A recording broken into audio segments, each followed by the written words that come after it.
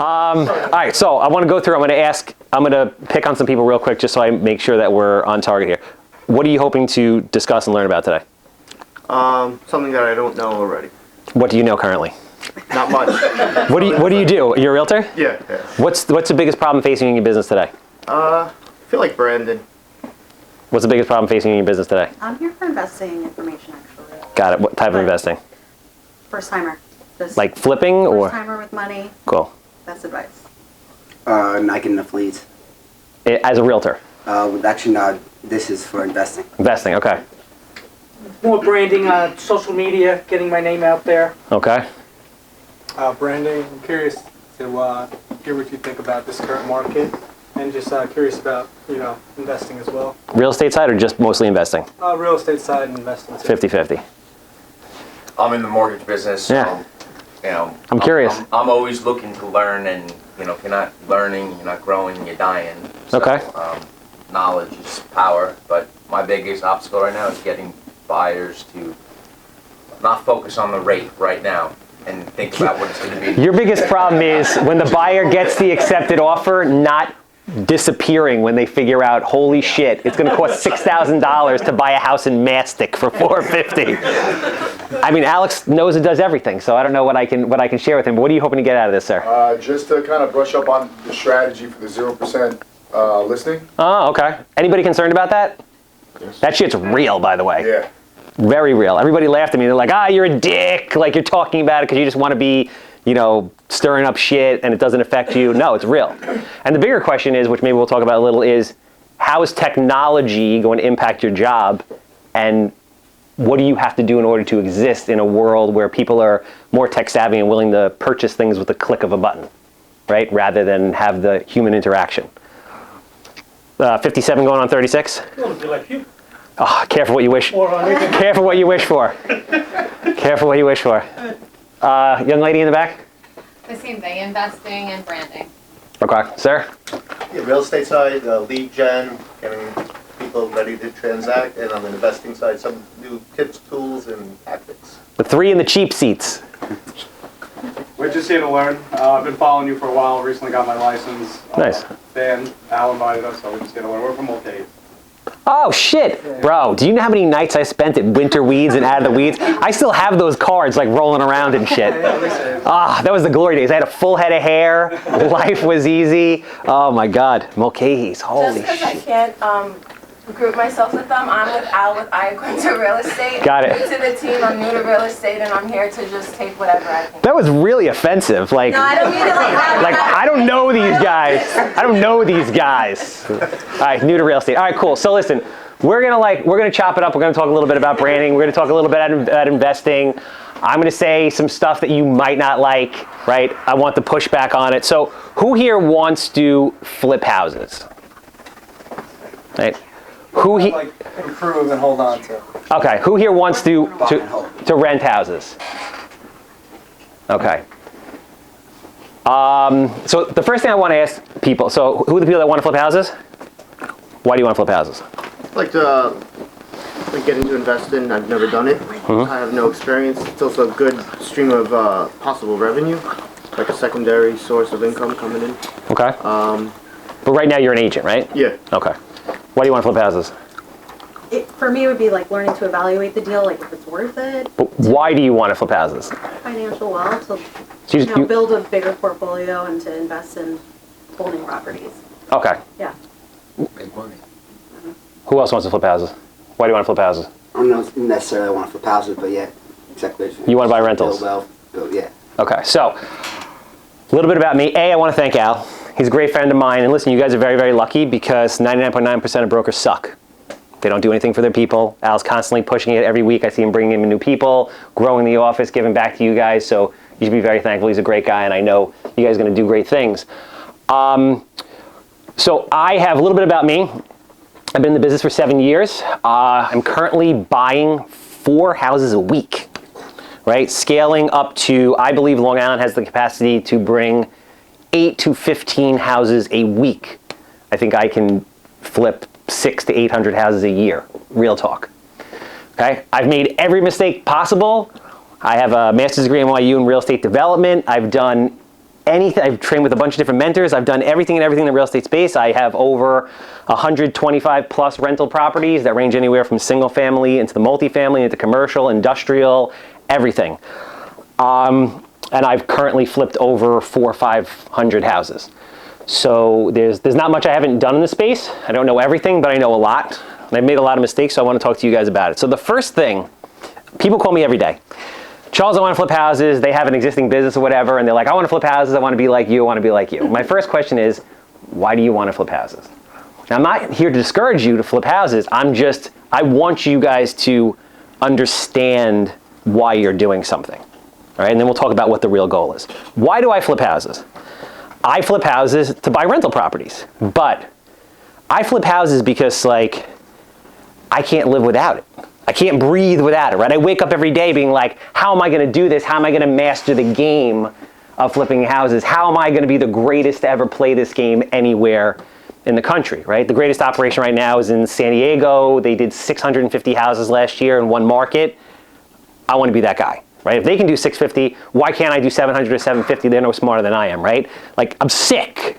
You know, I'm not married. I don't have kids. There's a lot that I've given up to get there. Before I got into it, I trained for 3 years with a mentor named Carl Chavone before I even put in my first offer. When I was ready to put in my first offer, it took me a year to get my first house.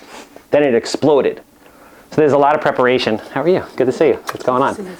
A lot of preparation associated with that. Now, I ask people why you want to flip houses because unless you are willing to go through something like that, like flipping the house isn't the fun part for me, it's the proof of concept. I enjoy the torture of the process of how that all came about. Like once it's performing, oh my God, this isn't really exciting. Like this year I'm replacing myself and my operation will function on itself and it will do 8 to 15 deals a week by itself. And then I'll go do other things because that's what I like to do. I like to build stuff. So you can make a lot of money doing anything. You can make an actual shit ton of money being a realtor with way less risk, aggravation. Everybody knows Brian Karp, right? Yeah. Brian Karp. I've seen Brian Karp's 1099. I've seen it. 2.5, 2.2, 2.4, 2.6. Like I've seen them. This is a man who makes millions of dollars right here on Long Island selling houses. What I do think everybody should do is everybody here interested in generational wealth and being able to retire? Because like that's a real problem. So rental properties, in my opinion, is the greatest thing ever. Lending money, which is something I'm doing a lot now also, is the greatest thing ever. But you need money to do that. But it doesn't have to be from flipping houses. So I'm not here to discourage you guys from flipping houses, and we'll talk about flipping houses, but just understand this. Like if you're a realtor and you're like, hey, I want to flip a house while I'm selling houses. You could do that, that's cool. But here's the reality of probably what's going to happen. If you're a realtor that sells 20 houses a year, you sell 20 houses a year, average sale is $600,000, $12,000 in gross commission after you split, whatever that is, right? You're doing good. You're making $175,000, $200,000, $150,000, whatever it is, right? Good living. You live on that, you have money to invest, whatever. If you decide you want to flip a house, let's say you're going to do that, and you find a house, you might flip that house and you might make $50,000 in 6 months, 9 months, or a year. But I guarantee you, you're not going to sell 20 houses because instead of doing what you're supposed to do, which is what you're best at, which is marketing, finding deals, understanding the market, right, and bringing in buyers and sellers, you're going to be at Home Depot picking out tile and chasing around contractors who don't show up. So you're going to trade one for the other. And it's not necessarily easier. And there's a lot of risk associated with that. You know, when the market shifted, there was a whole bunch of, so last year was a perfect storm of shit. And the market's changing a lot. So between interest rates rising, townships being extremely slow with permits, and building costs going through the roof, I got beat up bad last year coming into this year and had to flush out a whole bunch of crap that didn't make money or even lost money because that's what happened. right? So when you're flipping a house, there's a lot of risk associated with market volatility and things that go on. Again, if you wake up every day and the only thing you think about is trudging into a house that you're going to get fleas, so you have to strip your clothes off on the lawn when you leave and then drive back to your office naked, true story, then that's what you do. You flip houses.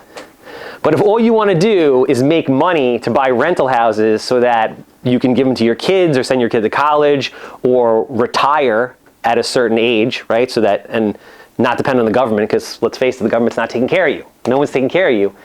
Then let's figure out, how to make money to put into rentals, and then let's discuss rentals.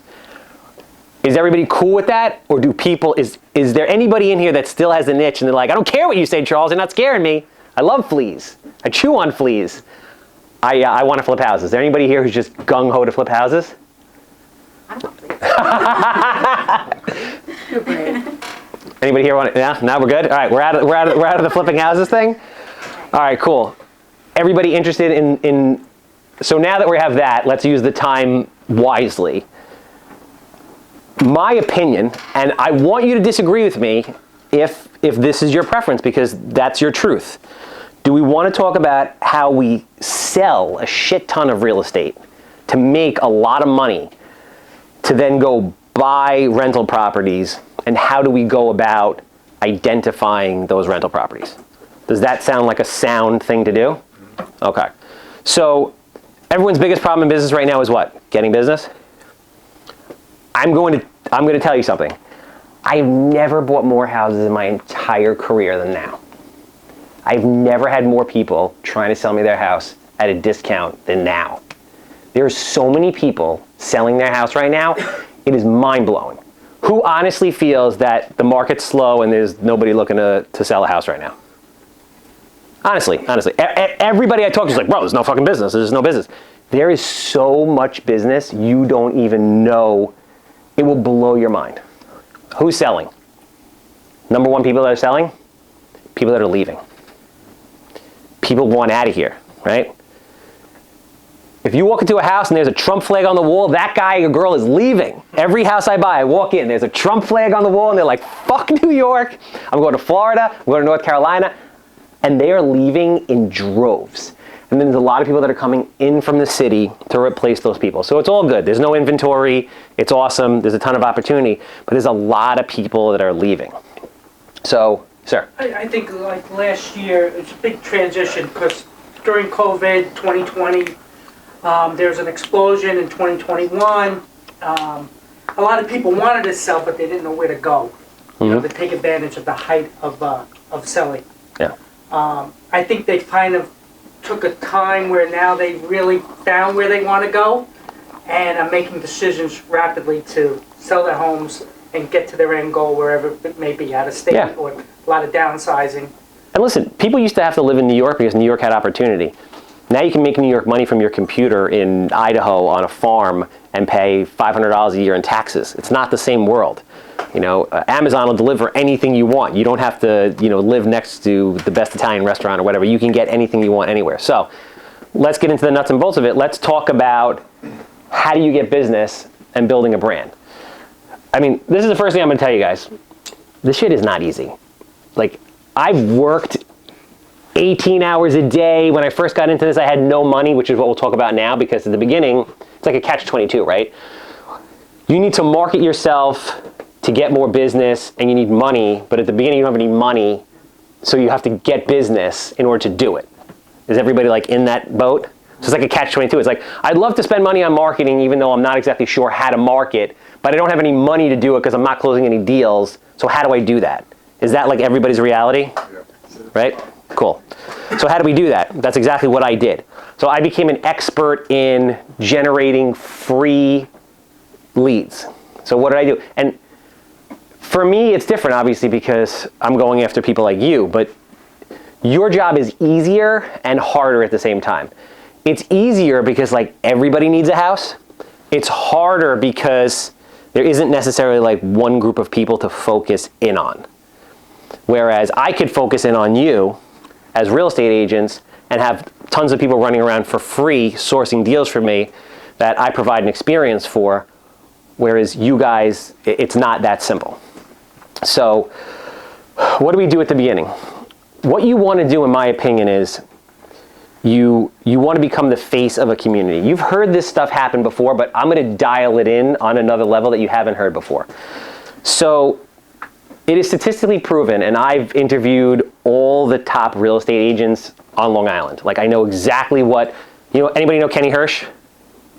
No? It's Kenny Hirsch, 60 houses a year. Brian Karp, 200 houses a year. Like, all the guys and girls that have done, tons and tons of deals, 50, 60, 70, 80, 100 plus deals a year. And it's always the same thing. But we got to take it a little bit more to a science. So first, what you want to do is you want to identify an area that you want to work in, or a cluster of towns that you want to work in. And a lot of people say to me at this point, Charles, I don't want to just sell houses in 1 or 2 towns. I want to sell houses everywhere because they think that they're going to do more business. They're not going to do more business. It's easier to do business in a smaller area, and then guess what? The people that are in that area refer you to people that are outside of the area, and you end up doing exactly what you wanted to do anyway, which is sell houses everywhere. Brian Karp really only targets like 2 towns. It's like Ronkonkoma and Setauket, right? So this is what you do. Figure out where you want to work. And how do you figure out where you want to work? I'm going to use this example. I put a video up a while ago about how everybody should, like, Lindenhurst is like the town. Did anybody see that video? Yeah. Cool. So I'm going to reiterate that for the people that didn't. And this doesn't mean go work in Lindenhurst. Understand the methodology of what I'm trying to say to you here. Lindenhurst is the best town, is like ripe for takeover. Why is that? When you decide what town you're going to take over, you look at a couple of different things. You go into Stratus. Stratus is a great resource. You go into Stratus, you go to public record, you put a town in or a group of towns in, and you just click on that, and on the top it tells you how many houses are there. Right? Everybody know what I'm saying? So, and then you can search, that were closed at this amount of time, that were 3-bedroom, 2-bathroom. You know how everybody familiar with all this, right? So you go into Stratus, you go into public record, you put a town in. And then at the top, it'll populate, 3,000 houses, 5,000 houses, whatever. So Lindenhurst has like 15,000 houses in one town. One of like the most densely populated towns in the country. I mean, on Long Island. Okay, cool. So we got that. That's awesome because it's a numbers game, right? If you're going to take over a town, you want there to be a lot of houses to sell. The more houses that are there, the better off you are.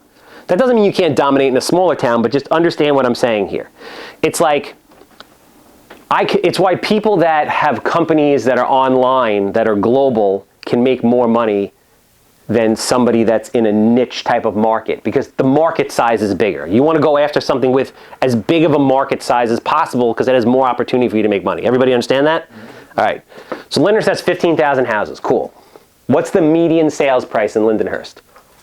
$525,000. Okay. What's the average days on market in Lindenhurst? 32.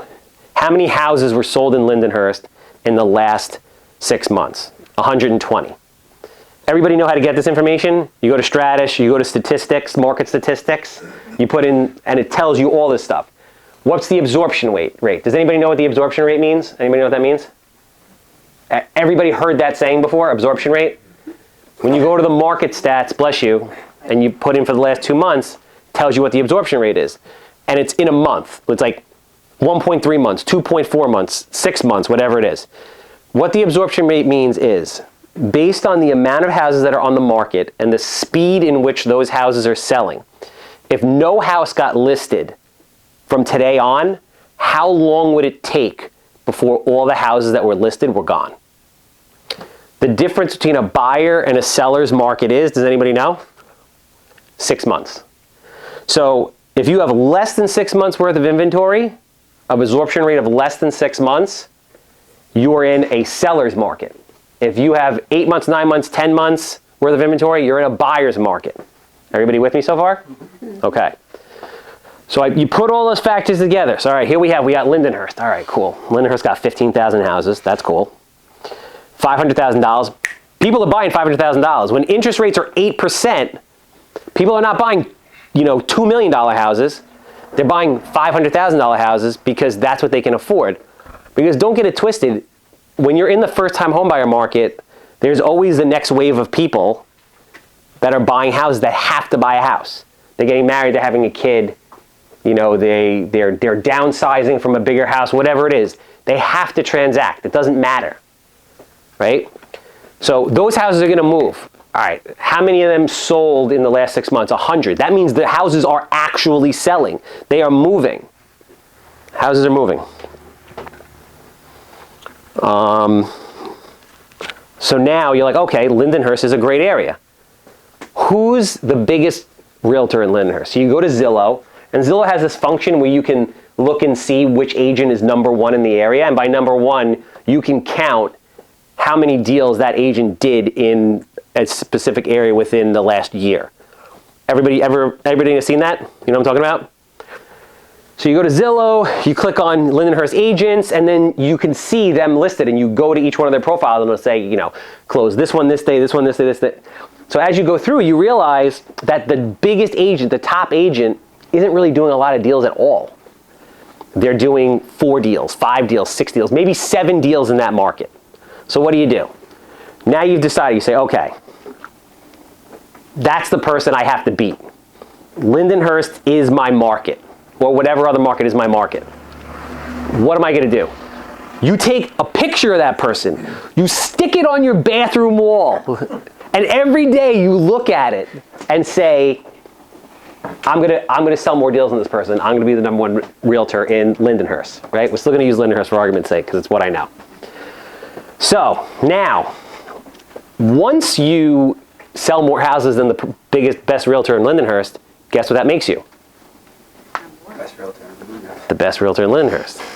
How powerful is it from a branding standpoint, and then we'll digress, for you to be able to confidently go like this and say, I'm the number one realtor in Lindenhurst.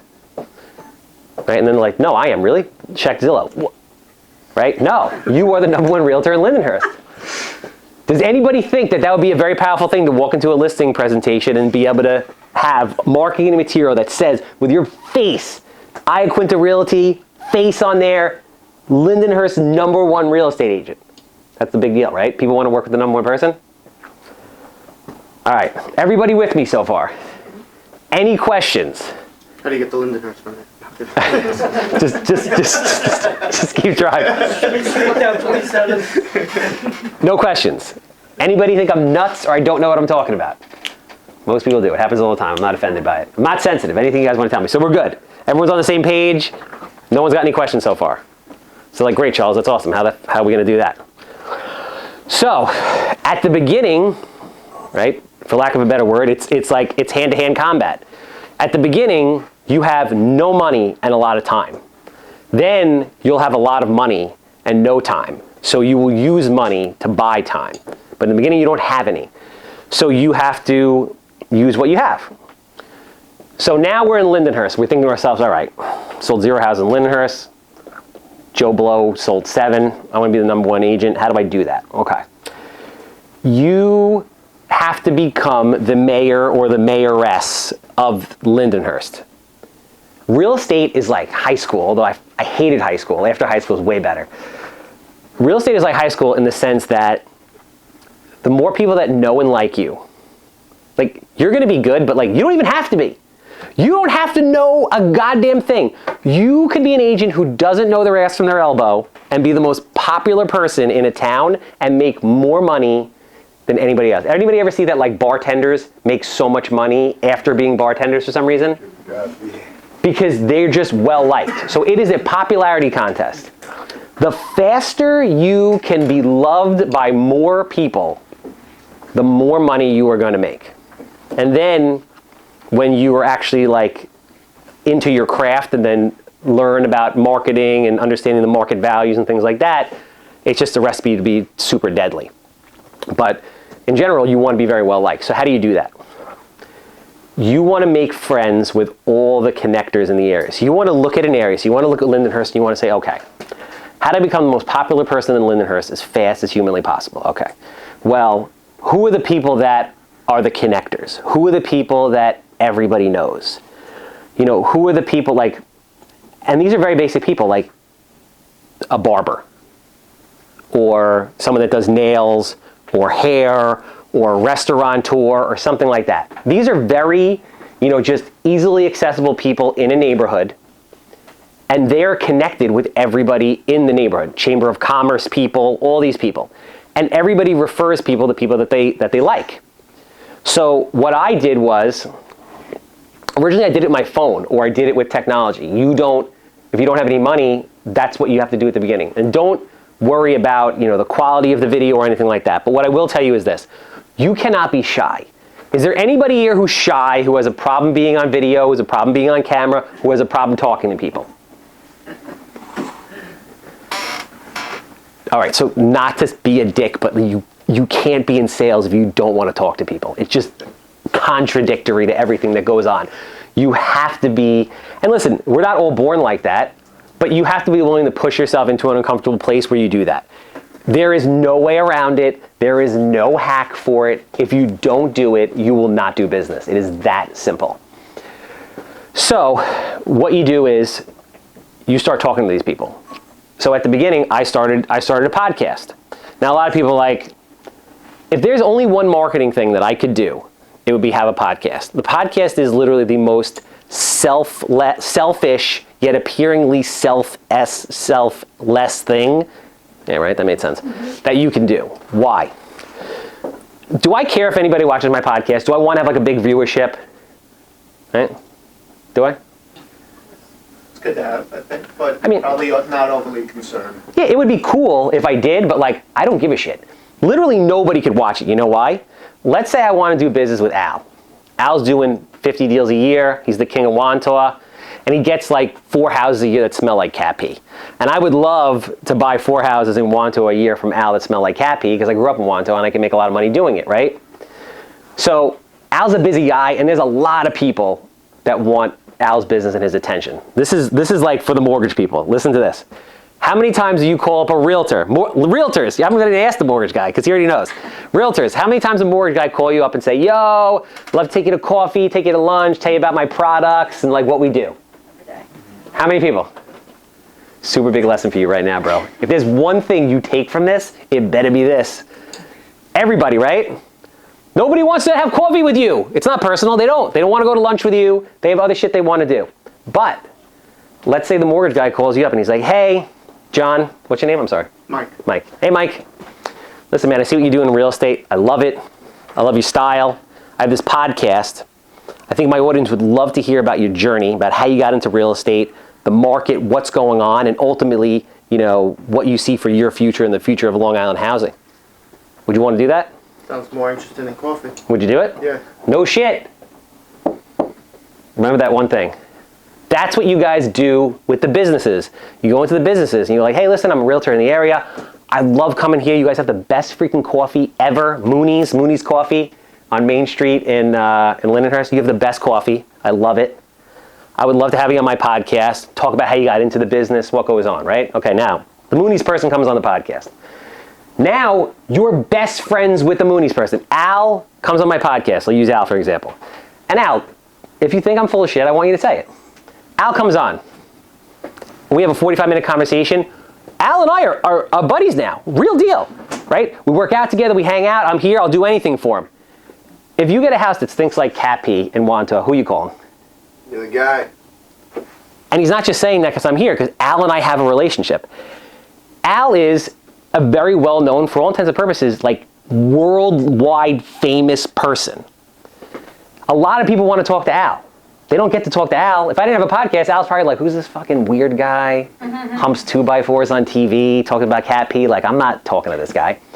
But in that scenario, Al's going to talk to me, and now Al and I have this relationship. So most importantly, Al and I have a relationship, so he's going to send me the deals. You have a relationship with the person who owns Moonies, as an example.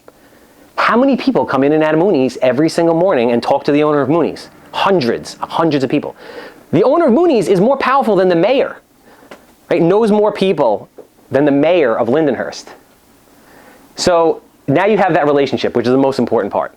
Then you have the content. So now you spread the content out all over social media. And listen, it doesn't have to be expensive and it doesn't have to be elaborate, and it's not really that much work. Just don't be fucking lazy.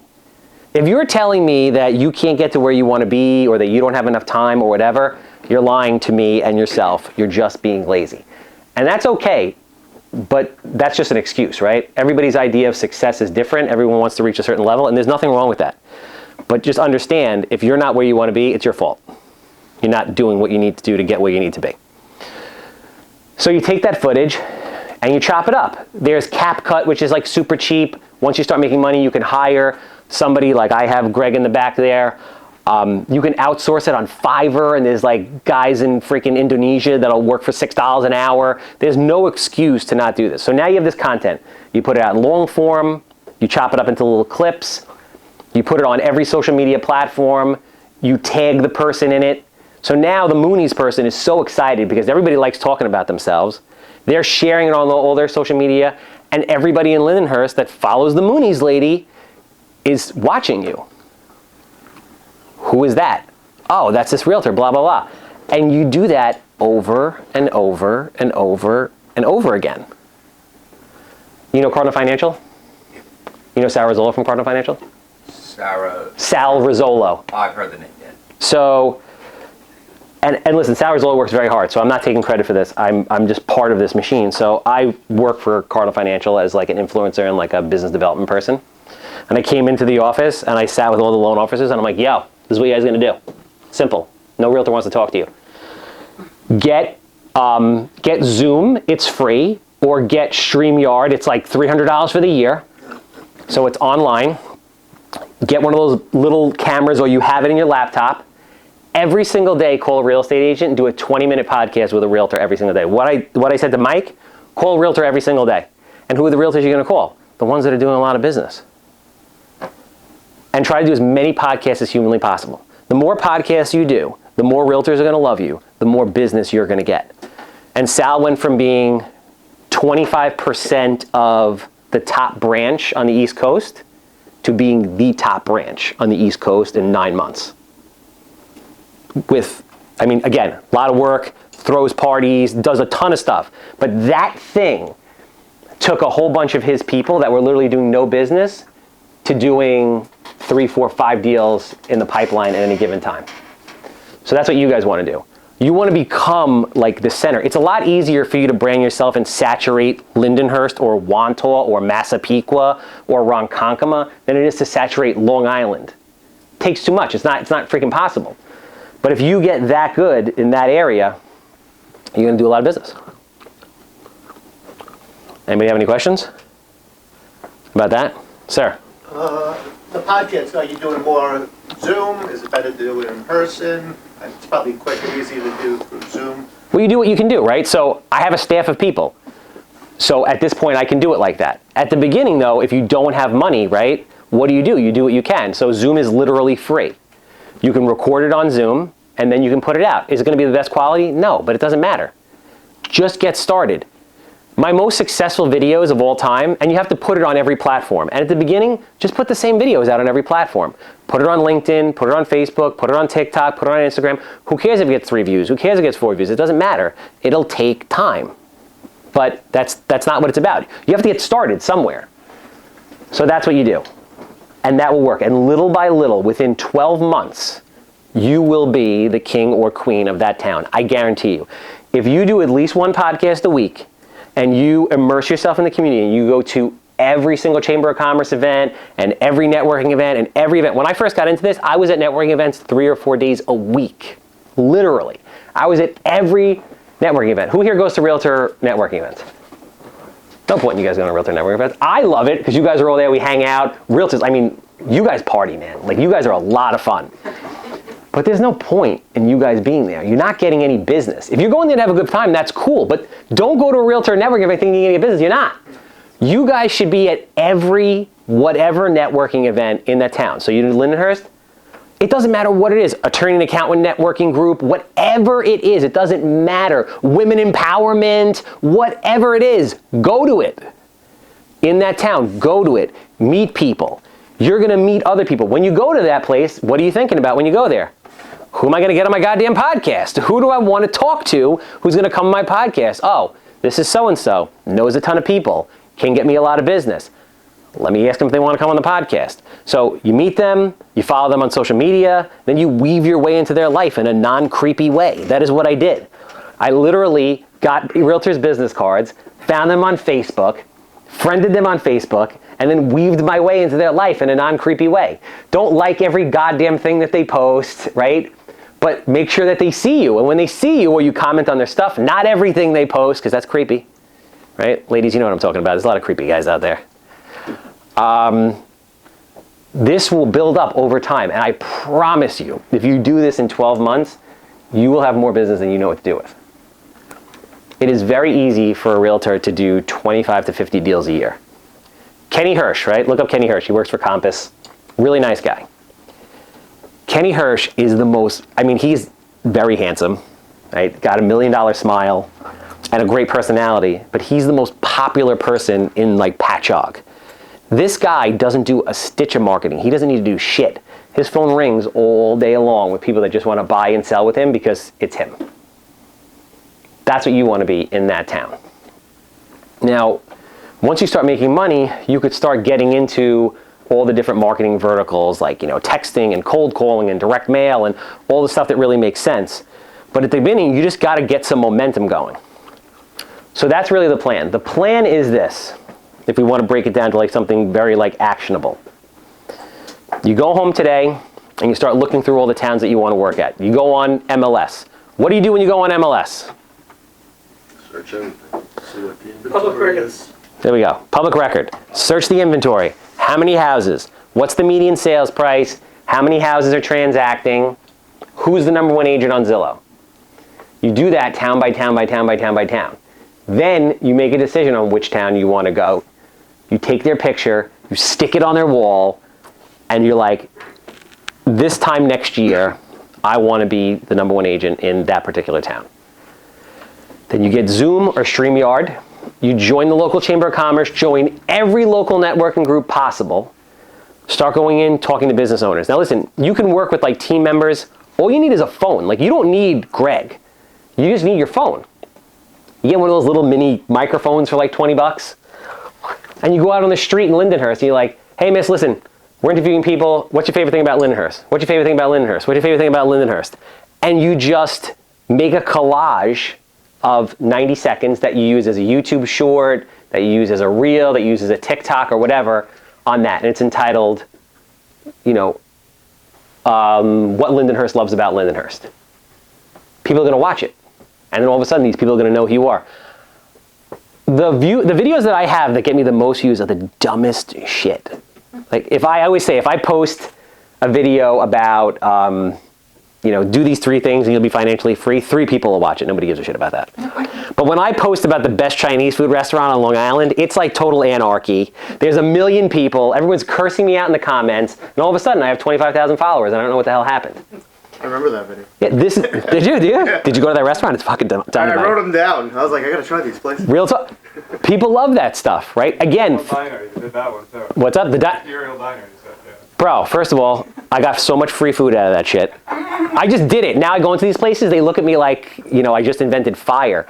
So twofold. A, I get the followers. B, everywhere I go, people are taking gas station selfies with me and shit like I'm somebody. I'm like, bro, who am I? I'm like a guy who grew up down the road in Wantaw who flips houses. Literally, people grab me in the gas station like, you're the guy on News 12. And they take pictures of me. My wife's never going to believe that I met you. Like, bro, who the fuck am I? But think about how powerful that is. You know how powerful that is? I'm buying 4 houses a week right now. Sick. So do you think, can I ask? Sure. Are most of the people that are calling you all the time, calling you because they're like, hey, I just saw your YouTube video, or hey, I just saw your podcast, or are they like direct from marketing, Google ads, like that? I'm a bad example because I'm scaled. So I'm doing everything. But at the beginning, so forget about all that. I can buy 50 houses a year without spending $1 on marketing. Because every day I'm going to get a DM or a phone call from somebody like Alex who's going to say, yo, I got a guy who has this house that's a piece of shit that I want to sell. Realtors, wholesalers, because I've built a network that costs me no money, but a lot of time to build.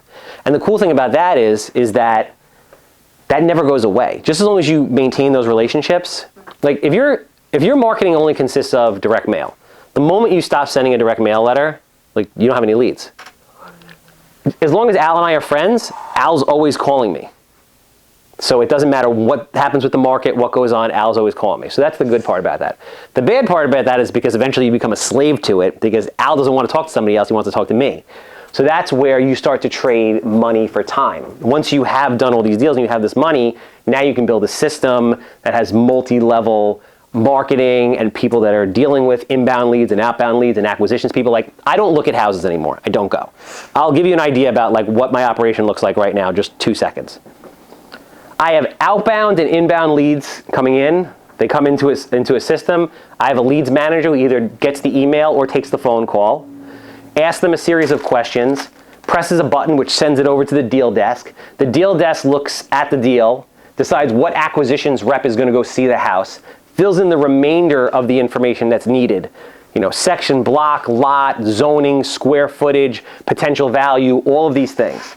Then assigns it to a field rep. The field rep gets an email saying, yo, you have an appointment tomorrow at 3 o'clock to see Mr. Smith in Weinraub. Cool.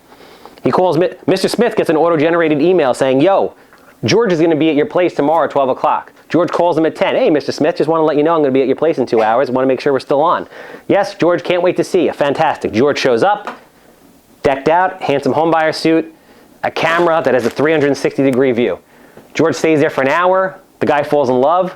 George walks around, asks him all the qualifying questions that I laid out, takes 360-degree pictures like a Matterport type camera of the entire house inside and out, which projects onto an app where the person at the deal desk is writing and checking it out.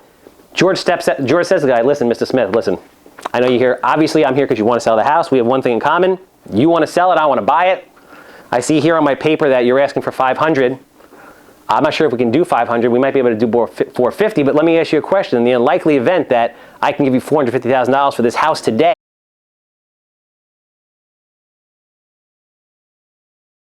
all over, it doesn't really.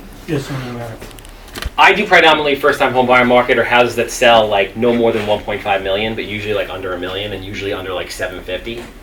So towns that fit into that bracket, right? Like I'm not doing deals in Brookville or Muttontown because people aren't really buying there. You know, part of your research when you're looking to see where you want to go is what's the absorption rate? Yeah, like everyone's like, yeah, I'm Douglas Elliman. We got a little beef with Douglas. I love Douglas Elliman, but I have a little beef with Douglas Elliman. I think they're a bunch of fucking assholes. But that's not the point. The point is, that was on camera, right? All right. So, You should listen to their podcast. coming out. It's funny. Who's? Douglas Elliman. They have a podcast? Oh, yeah. Listen to the last episode. Like Douglas Elliman to the On company? Spotify, yeah. Really? Yeah. Are they assholes in it? No comment. I'm on camera too. Oh yeah, I got this $4 million house. That's awesome, but nobody bought the thing and it expired. Mm-hmm. You know, what would you rather have? Like a sexy $4 million listing or money in your bank? Like people buy $500,000 houses. That's what they do. If you can become the king or queen of somebody who commands $400,000 to $500,000 houses, you can make a lot of money. It's that simple. And then, listen, it's a process, guys. And this is what I was talking about before to kind of come full circle. You can't be discouraged and just fixated on the end result. You have to like enjoy the process of going through it. Now, yeah, you have to enjoy, because you're going to get to a certain point and you're going to hit a wall and you're like, shit, how do I overcome this? And then you're going to overcome it and you're going to hit another wall, and it's just piece by piece by piece until you're, doing what I'm doing, and I'm not even scratching the surface, right? So you have to be somebody that likes that. Because if you're someone that just gets discouraged when you hit the walls, this isn't for you. Like, go get a job. It's not for you. What are the minimum profit you're looking when you do flip a house? So if you buy a $400,000 house, you're looking for 10 to 15%, or are you? That just went way left. Okay, so we're over there. All right, good. Talking about flipping, so just So it's different for me, right? Like, all right. For me, it's like I have a machine to keep moving. So, and we're super dialed into the market. So I'll give you a scenario. Let's say I'm going to buy a house in Levittown, and I know that the house, it's the same house every goddamn time. So I know it's going to cost me $100,000 to do it, and I know I'm going to flip it and make and sell it for $500,000. So it's $100,000. It's $50,000 in soft cost. It's $100,000 in construction. So we're down to $350,000, and then whatever my profit wants to be, and then whatever, right? So we're at $350,000. Let's say I can get it for $300,000. I can make $50,000. great. Like if you're doing a house I'll answer in general terms. If you're doing a house and flipping it and selling it for $500,000, if you're not making $50,000-$60,000, it's not freaking worth it. Yeah. Because if something goes left, you're gonna get screwed. Like for me, would I do a house like that and let's say make $30,000? Yeah, because I have a machine that I just feed houses into. You know what I'm saying? Yeah, I understood. But if you're doing a couple of houses, you want to make sure you're getting the right deals, and you want to be in that range. Gotcha. So it's not really like You see all these things on TikTok, like, all right, there's this formula, we do this, this, and this. There's not. If you want to get into the formula, here's the formula. After repair value, Minus fixed costs, repair. minus everything itemized, not like minus this and 70% of F that, no. Minus your construction costs, minus your closing costs, minus your carrying costs, minus your cost of money, minus your profit gives you your maximal allowable offer. And everyone's cost of capital and things like that are different. Okay? Also, when you're a realtor, if you're flipping a house and you're going to list it, don't say, hey, I'm the realtor that's listing it so I can pay more. Don't do that. Keep your businesses separate because it's still time and money to do that.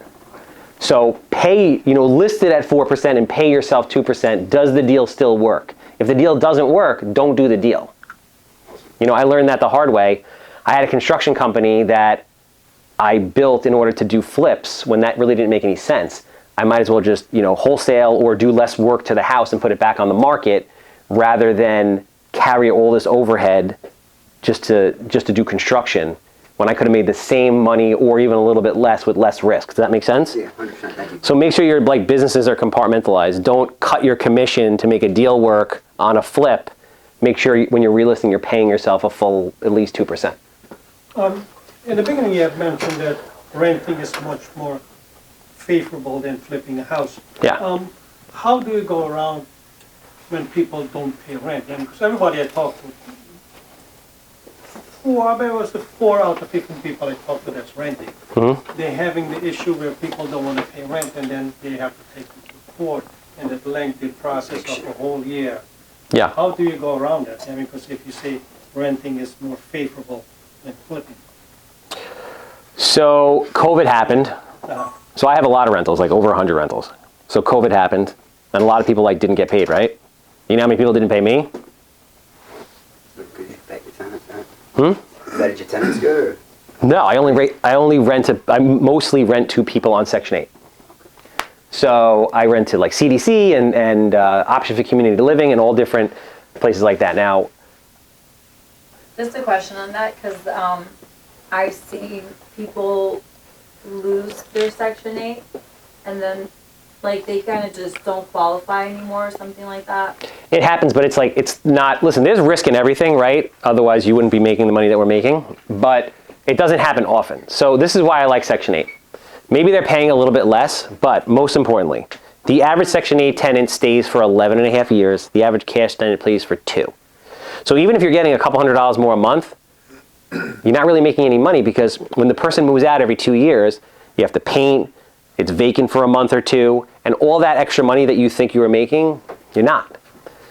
So that's why I like it. That's 1. 2, the portion from the government is guaranteed every month, comes in, right? 3, it takes 5 to 7 years to get a voucher. So let's think about this for a second. If you want to be on Section 8 and you've waited 7 years to get a voucher, and they're going to give you almost free rent, they're going to give you food stamps, they're going to pay for your electric, they're going to give you all this crap. Some of these people that are on Section 8 are getting the equivalent of $85,000 a year pre-tax money. Are you going to do some dumb shit and get thrown off the program? No. No. You're not going to. Most people are not going to. Who's going to do that? Now, is there, a 0.25% that's just shot and gets thrown off? Yes, of course, but the overwhelming majority of people don't want to lose their voucher. And even if they're behind on their portion of the rent, when they leave to go to another unit, they can't leave without paying everything. So even if they owe you money for a certain period of time, they have to pay you or they can't move the voucher. And if they don't move the voucher in 6 months, they lose it. And if they lose it, they're not getting it back again. So they're not going to mess it up. So that's why I like working with those tenants. And as a result, listen, are there problems? Of course there are problems. Did I have a house shot up with an Uzi? Yes. But that kind of stuff happens at scale. It is what it is. But the rent still got paid. Sir. How much does Section 8 usually cover? If you're looking to rent a place for $2,500, So it doesn't work like that. Section 8 doesn't pay you what you want. Section 8 pays what they pay. What they're eligible for. So Section 8 pays off of something called FMR, which stands for Fair Market Rent. If you go to the HUD website, FMR is broken down across the entire country on a county basis. So this is, again, where you get into like, how are you making money? They're paying the same amount of money for a 3-bedroom in Nassau than they are in Suffolk. So when you're searching for rental properties to buy, keep that in mind, right? You're not going to buy a house in Wantaw that's a 3-bedroom to rent to Section 8. You're going to buy a house in Bellport, like I did, for $50,000 and $3,000 in taxes because I'm getting the same money that you would be getting in Wantaw. But what they do is this. So they have FMR. Now, FMR goes on the bedroom size. 0, studio, 1, 2, 3, 4, 5. The most popular are 3 bedrooms. You want to have 3 bedrooms. If you have 3-bedroom vouchers, if you have 3-bedroom units, they go like this, real fast. So you have FMR. FMR includes you paying all the utilities, which you don't ever want to do. You never want to pay the utilities. So each subsidy has a utility grid.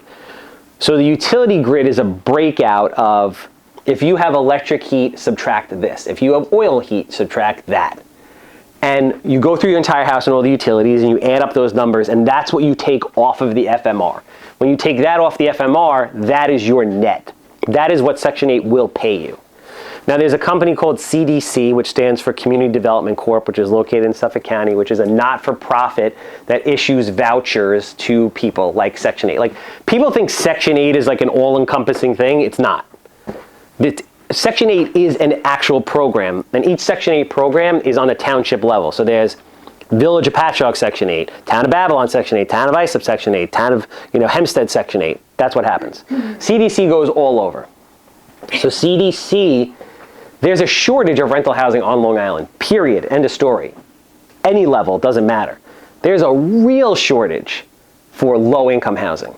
So CDC pays 20% higher than FMR. So I've bought houses in Bellport for $50,000, $60,000, or Mastic or Shirley or whatever a couple years ago, and the taxes are like $4,000 a year, and I'm getting $3,500 a month for a 3-bedroom. Like, I'm fucking killing it right now, right? Like, very, very powerful thing. There's something called the Landlord Forum. If you're interested in getting into rental properties and you're interested in Section 8, you should look into this. It's something called the Rental Forum, the Landlord Forum. CDC does it like once a month. You go on their website. So you go on their website, and what you do is they have it either virtually or in person. You go down there, and the head of the program is there, and the inspectors are there, and they show you this weird 1970s video about the program, and then you can ask them all the questions that you want. So you can ask them all these questions, because a lot of people have reservations about Section 8. What would be a typical reservation about Section 8? Someone's like, I don't want to rent to Section 8 because... They destroy the place.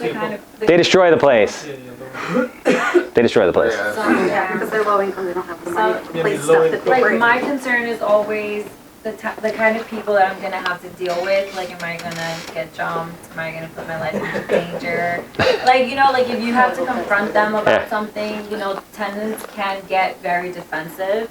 And if they're, I don't want to say this in a bad way, but if they're maybe like in a lower class, Low income. Yeah, like, I don't, like, to me as a woman, because I have had issues with tenants before. Okay. I feel like I have been taken advantage of because I'm a woman. Mm-hmm. So that's kind of like been my fear of, like, if there's a problem and I have to confront them, and what if they start to become problematic with me because they don't maybe take me, I don't know, maybe serious or something, and they might want to... Okay. So there's a couple solutions to this problem. I had a tenant who wanted to fight me once.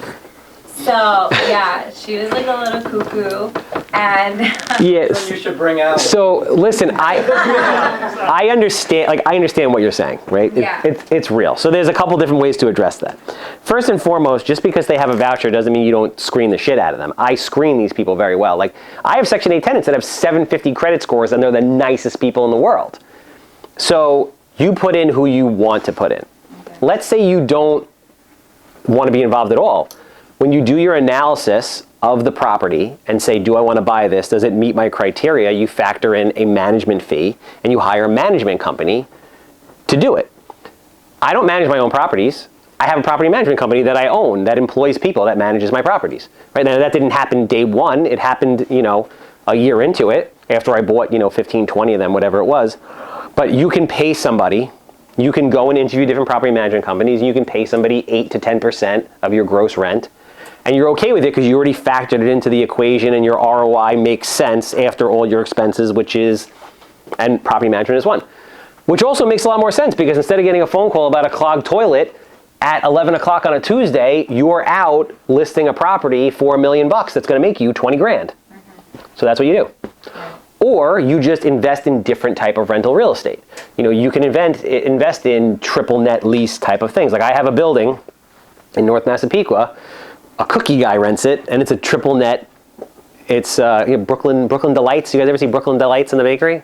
So now you'll go into like Uncle Giuseppe's and you'll see Brooklyn Delights. So Brooklyn Delights rents this gas station from me, triple net. He has to do all the renovations himself. He pays the taxes. He pays the insurance. He sends me a check once a month. That's my check. Everything else he deals with. I don't deal with any of it. Tenant issue? What tenant issue? There is no tenant issue. So, you don't have to do Section 8 rentals. You don't have to rent to people. There's a ton of things that you can do. I mean, you definitely opened my mind because I was very closed off on that idea of Section 8. Like, I did like that you get a steady, paycheck, but, I was concerned on what kind of people am I going to have to face. You screen them, and I have a rental agent. I don't do anything. Like when I tell you I don't do anything, I don't do anything. Like the house comes in, it goes to the construction division, it gets renovated. Now, my property manager talks to the construction division and says, yo, I got a new one come up in Mastic. Awesome, when's it gonna be ready? It's gonna be ready at the end of the month. Okay. Calls up the rental agent who does our rentals exclusively. Hey, I got this new one. Go check it out. Go take pictures. Go get it listed. Okay, gets it listed. Now, they have a protocol that they go through. When people come into the house, she asks them a series of questions. She knows the answers that I'm looking for. Once she finds someone that she likes, she puts them through the a background check, right? Now, realtors, some of you guys, there's like laws about not. Fuck that shit. Like I don't care. Like find me, like yeah, you don't care that I'm gonna put like an axe murderer in my property because it's like against fair housing, right? So I do it anyway. I don't care. Right. I was gonna ask them. Have somebody else do it for you. Until when does it become like discrimination? Because that's kind of. I've had people. I'm renting to Section 8 people. How am I discriminating? No, I know. But I understand what you're saying. I've had people say like you're discriminating, and I'm like, I literally just said I don't know if the landlord's gonna take Section 8. You can't say that. And I know you can't, and I did it. No, you can't. You can't do that. Right, and when I was younger, that's what I said, and then my broker's like, yeah, it's something that you weren't supposed to say, but to me now, it's like, where's the line, I mean, listen, I have a saying. Is it discrimination to deny someone because they have a criminal record? No, first of all, you don't have to tell them. No, you don't tell them, but you don't tell them anything, no. Like, can they accuse you of that? They can accuse you of anything. I'm being sued by 4 people right now. At any given time, I'm being sued by 3 or 4 people. A lot of it goes away. It doesn't matter. But you have to do what you have to do. Like I have a saying, sometimes you just have to sell drugs, but have an end game. When you get into business, sometimes you have to do shit that isn't moral or sometimes legal. Don't do it forever because you're going to get caught. But you can get away with a lot of shit for like 3 years. And if you don't, you got to do some stuff sometimes to get to a certain level to go legit. That doesn't really apply to this area. Turned into like that. It's pretty simple. It comes in. Okay, murdered his wife? Yeah, not taking that guy. All you have to say, like, there's a buffer. You have a rental agent, or if you're the rental agent, right, and it's your property, don't tell them it's your property. And just say, okay, I'm going to refer everything to the landlord. I refer everything to the landlord makes the decision. Right. Okay, great. You screen it, so we screen it. We look for certain things. If she likes it, she sends it over to the property manager. The property manager screens it. Then they bring the person in for an interview. Ask them a whole series of questions again. If they meet all these criteria, then they get the property.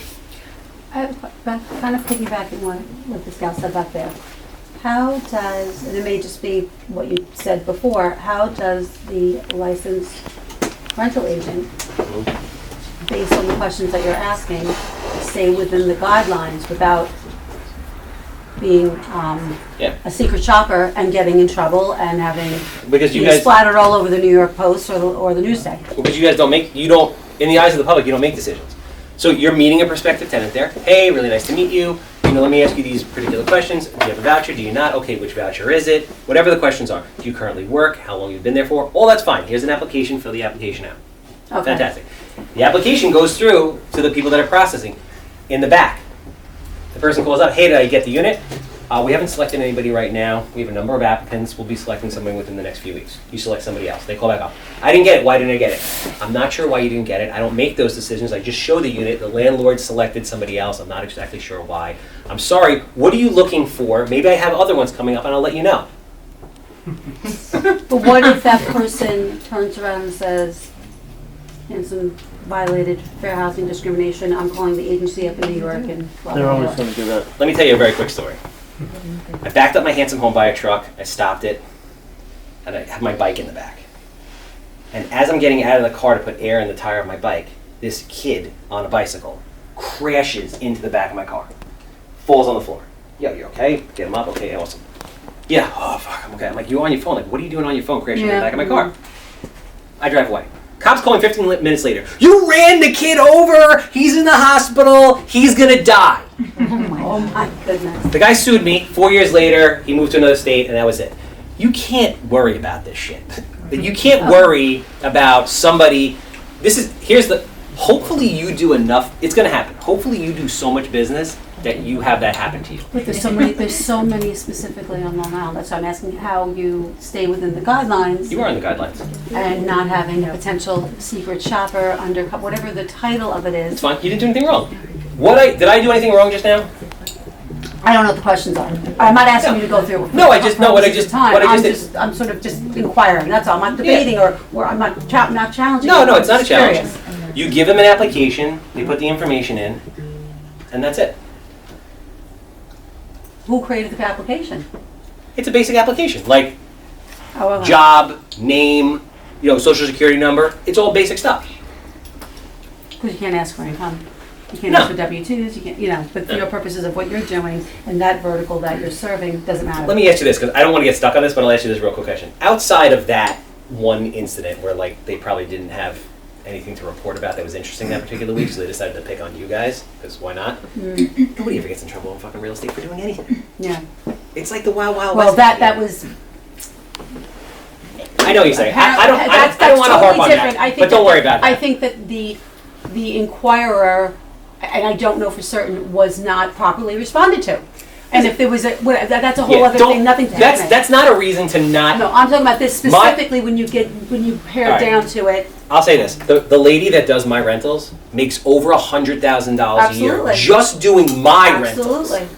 So I wouldn't worry about it. Sir? We might be jumping ahead and you could say, I'll get to that. It seems like you have a lot of companies, offshoot companies. Yeah. Why'd you start them yourself opposed to outsourcing, and what are some pros and cons to that? Yeah, good question. Learned all that shit the hard way. So originally I started building companies because I couldn't get anybody to do the shit that I needed them to do. Because nobody wants to work. So after my first flip, I'm like, contractors are shot. I have to build my own construction company. This is never going to happen the way I want, so I built a construction company. And then I'm like, every architect is an idiot and it takes them 3 months to get me a goddamn set of plans, so I open up a permit business. And then I'm like, all right, I'm not going to pay someone 10% to manage my properties. It's going to do a shit job, so I'm going to open one too. Before you know it, I have 75 people working for me, and I'm like, this is a nightmare because now I have to manage all of this shit. So really, the thing that's most important in my opinion is as you start to make money, don't go buy dumb shit with it. Go hire very sharp and very expensive people to run aspects of your business because they will make you so much money you have no idea. And you could work on other stuff. Exactly. It took me a lot of years to learn that. Now I'm doing that now. I hired a COO, Chief Operations Officer, to run the day-to-day of my business who makes a lot of money. Right? I have a CFO who runs all the finances who makes a lot of money. I'm going to have a new head of construction who's going to run all the construction project who makes a lot of money. But that's awesome because if he or she is making a lot of money, that means that I have the freedom to go do things that I do. You have to understand what your real role is. So are your companies all under one umbrella, or they're all different companies? So I have a holding company that's a corporation that's up here, and then I have businesses that are other corporations down here, and then I have other companies under there, and then the money just flows up. And every business operates as if it's its own business. So I'll give you an example. So I have an acquisitions company that markets to bring properties in. When the deal comes in, what is that deal going to be disposed at or dispositioned at, where it's going to go? Is it going to be moved over into our renovation company? If so, the acquisitions company sells it to the renovation company. If the acquisition company can't sell it to the renovation company and make money while the renovation company is still making money, then we don't buy it or something else happens to it, right? If it's going to be a rental, the acquisitions company sells it to the entity that's going to own it as a rental. If it doesn't work after selling it to that company, it doesn't make it there. You see what I'm saying? Yeah, you just work it out the way you want. So. Well, yeah, it's a matter of, you have to, when you're investing in something, you have to understand risk and cost of capital and time. Like, do I want to buy a house, spend 12 months dealing with the town to make $50,000, hopefully, if the market doesn't take a shit? Or do I want to put it back on the market and sell it the way it is and make $35,000 in 3 months? How did you learn how to get that organized? Because I think that that's something that people fall into in real estate when, you know, you're a realtor or you do rentals and you do flips. Like when you do so many within real estate, but it's still not the same. How did you learn that? I know, like, obviously it took you time because you said you've been doing this for 7 years, right? But how did you learn that? Because I know people, like, you know, the people that I work with, they flip too, but they're not as. No, they're not, yeah. They don't have your system, right? So how did you even start your system and to where it's gotten now? I have had a lot of amazing free mentors, and I have paid for a lot of education, and I've worked really fucking hard. So, like, I had an original mentor, Carl Chavone, who I trained with for 3 to 4 years, and everyone's like, you're going to spend... People would come up to me at re-meetings, and they're like, Al was there, and they're like, I want to be you, I want to do 100 houses a year. I'm like, awesome, I'm going to tell you how to do it. And they get all really excited. And I'm like, you're going to hire Carl right here, you know, for $5,000 a year, whatever it was. It was like bullshit money. And you're going to spend at least a year training with him obsessively for at least 20 hours a week while you're working your full-time job. And then you're going to do a couple flips, and you're going to transition out. And they looked at me like I just, like, killed their cat. Because nobody wants to hear that shit. They want to hear, like, read this book, go to this weekend course, and you're ready to do it. That's not how this works. So I trained with Carl for 3 years before I ever did it. After I did, my third year, I did 67 flips, and I registered to go to NYU at night to get my master's in real estate development, which took me 2.5 years. Today, with everything I'm doing right now, I have a mentor also. Like, I have another mentor who I pay a lot of money to teach me things. Like, mentors are amazing. Find the right ones, pay them. They're not expensive because what they're doing is you're paying them to compress time. If I have to figure this out on my own, either maybe one day I don't, or it takes me 5 years. If I pay, like, this, my next phase of my business right now, I got this guy as a mentor. I paid him $30,000. Paid him $30,000 for 3 months. One phone call literally changed my entire business. So that's what you have to do. How did you find the school? Did you learn a lot from NYU, or did you think it was... NYU changed my life. I spent 2.5 years and $100,000, and it totally changed my life. So, but it depends on, you know, what you want to do, right? There are mentors that you could work with that are less expensive in a shorter period of time. It's just the route I took. Do you think there was more value add at furthering your education, like after you had some experience, or do you think you would have been able to take the same information out had you have maybe gone to school earlier? It's kind of like a catch-22, right? So when I went to NYU, this is the makeup of NYU Masters Real Estate. It's 85% generational rich real estate families. Like, I went to school with, like, Chinese billionaires' kids, and the guy, Silverstein, who owns the World Trade Center, his grandson was sitting next to me, like that kind of stuff. And then there's like 15% of the people that just want to get a better job and need the masters to get a better job, and then there's me. There was just me, like the old guy. it was very powerful for me because I had real world experience, and all these kids had like went to UPenn and shit, but they've never done a deal before. So what makes me, in my opinion, like a Navy SEAL of real estate investing is, and which is why I went back to NYU, I have like real life boots on the ground, like rough, rugged, and raw in the street experience, and I have an Ivy League education. So when those like two things come together, it's a very like lethal combination. Usually you have people with one or the other. Like you have Ivy League educated people without real world experience who are philosophizing over spreadsheets and numbers, but that's not real. And then you have people that are hustling in the street but don't understand the systems and procedures that I have in place to scale a business to the level that we've scaled it to. Does that make sense? One more thing. Those highly qualified people to hire, run your companies. Yeah. Where did you find the most talent? Like online, referrals, or? It's not easy. So a couple things. So we're looking right now on Indeed and Monster and LinkedIn. So there's a couple things you could do, right? You can go to LinkedIn. You could go like the paid way, or you could go like the sniper way, or you could go both ways. The paid way is like you go and you pay and you screen people, right? The sniper way is you go on LinkedIn, you look up your competition, you try to steal their people, right? But when we get them, we have something called a PI test. It's a predictive index test. You ever heard of this? Anybody ever heard of this? Personality, like the disc. Yeah, this is like the craziest thing ever. Like I was like, is this legit? It's a little bit different. So basically, a predictive index test, Alex will tell you, he took it last week. It's 2 questions and takes literally 5 minutes. Oh. But what it does is it tells people, it'll tell me exactly the kind of person you are, like dead on balls accurate. Who you are in your real life, who you are at work, and who you are like when you walk around day to day, and who you are when who you think you need to be. And it assigns an avatar, like a name to it. There's mavericks, there's captains, there's specialists, there's all these different people.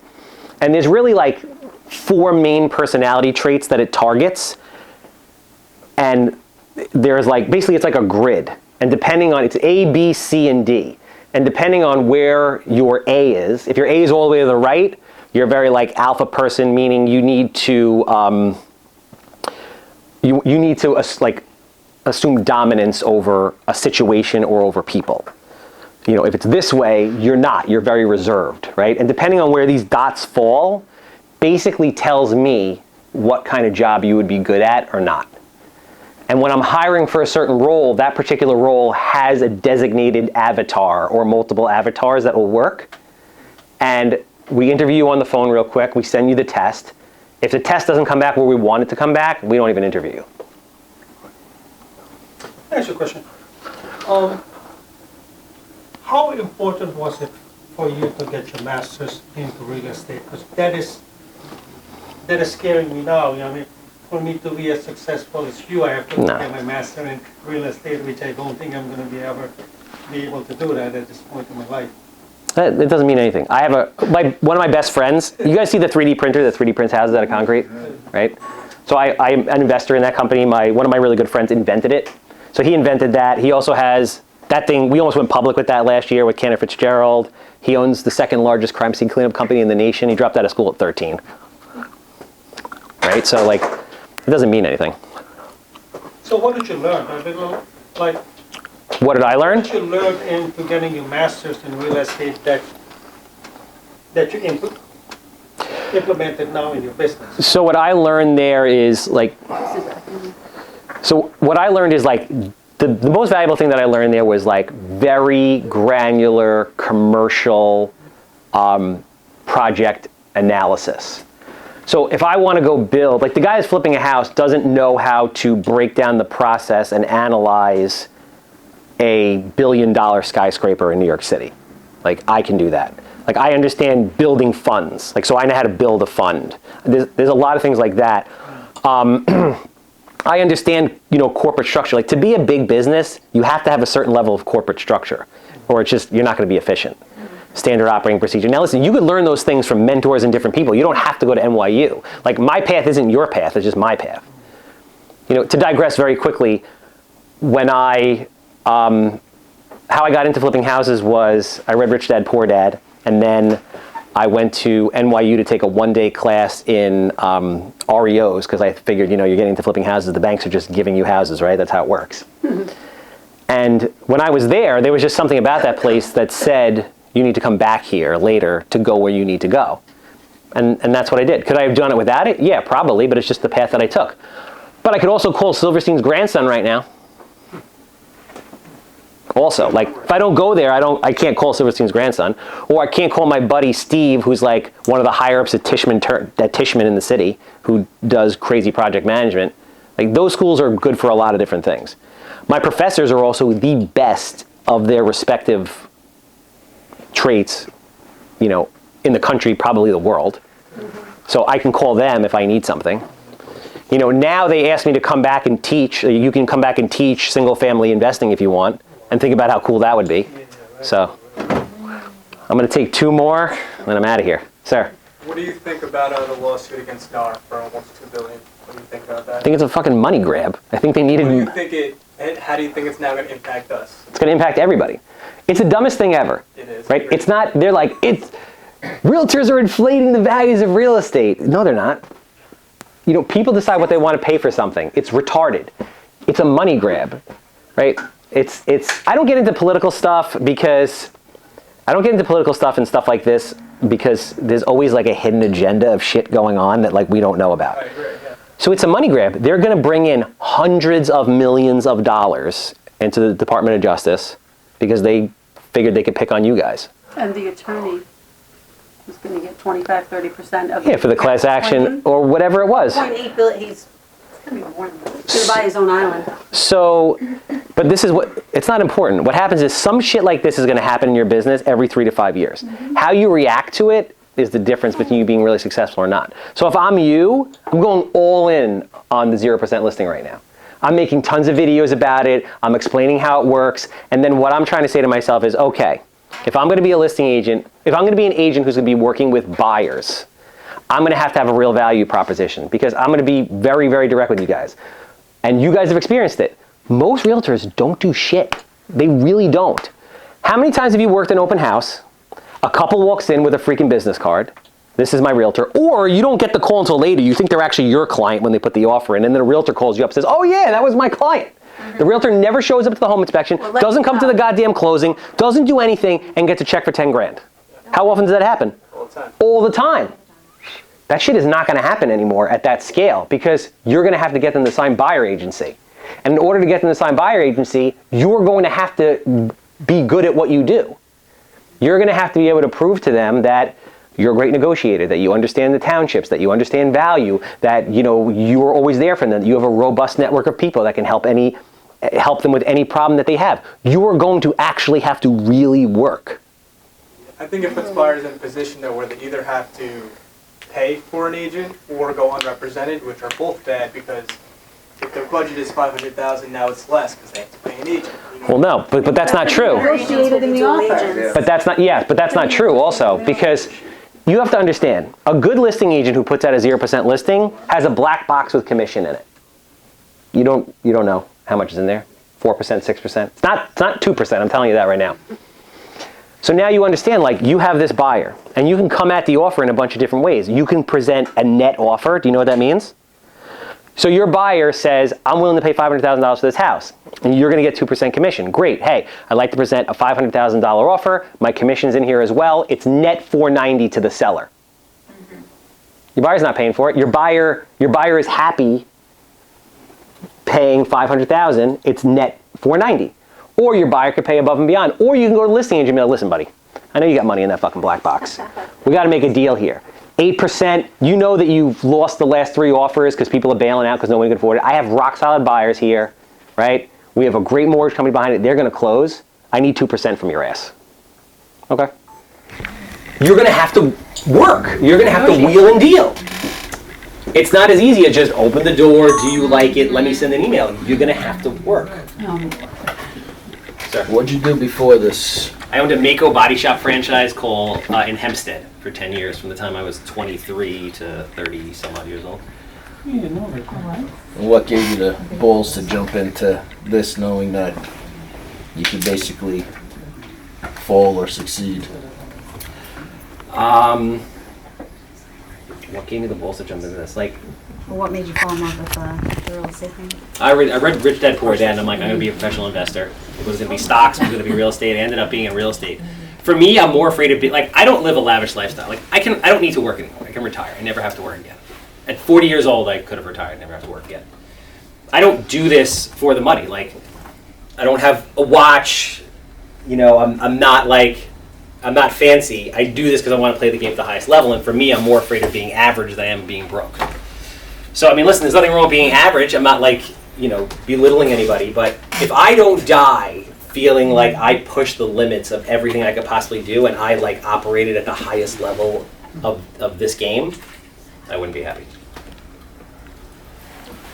2 final questions. Do you currently invest out of New York, or is just Long Island your one and only? No? Today I don't. I mean, I will, but I don't today. What markets would you be looking at, or? It really depends on like what the asset class would be and what's going on. Like, I'm going to own a private equity fund within the next few years, which for those of you who don't know, a private equity fund is when you go out and you raise like hundreds of millions, if not billions of dollars worth of capital, and you deploy it in a number of different ways, whether that be like real estate or lending money or whatever. Then I will, you know, say, okay, what am I doing with this? Somewhere I heard I read that you live in a room and you drive the cheapest car. Yeah. Is that true? Yeah. No, hell no. I mean, I have a yes. So like. Still rent? Yeah, I rent a one-bedroom cottage in Farmingdale. Nah, you're lying. Yeah, I swear to God, I rent a one-bedroom cottage in Farmingdale. I drive a leased Nissan Frontier for $400 a month. Anybody believes this? No, honestly. I mean, Greg came here in it, so you can vouch. Nah, dude, no. Yeah, I do not own a watch. Like, I don't. Neither do I, but that is, I don't. That doesn't mean it. I think it's not. Listen, I'm not cheap. Like, stuff that I want to spend money on, I'll spend money on. But that stuff doesn't. You know, those type of material things, they don't do it for me. Plus, if you're spending money on all those things as you're coming up, you're not coming up because you have too many liabilities. Like, listen, I would go move back in with my mother down the road. She does my laundry. She cooks for me. If you were going to build a dream home She won't let me anywhere in. on Long Island, where would it be? What? If you were going to build your own dream house anywhere on Long Island, where would it be? Yeah, I don't think I would. I don't own things that don't make me money.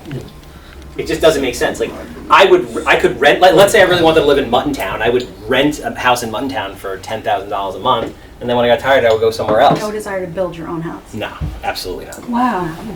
It doesn't really make a lot of financial. It doesn't really make. Listen, we sell houses to people as a living, but it really doesn't make a lot of financial sense to most people. It makes financial sense to. It's more of a lifestyle thing. If you're selling a house to, you know, two married people, it's like a forced savings account if they don't screw up and refinance it 14 fucking times to go bring their kids to Disney. It's a forced savings account, which is good because the general public doesn't know how to invest money. So what do they have at the end of working for 40 years?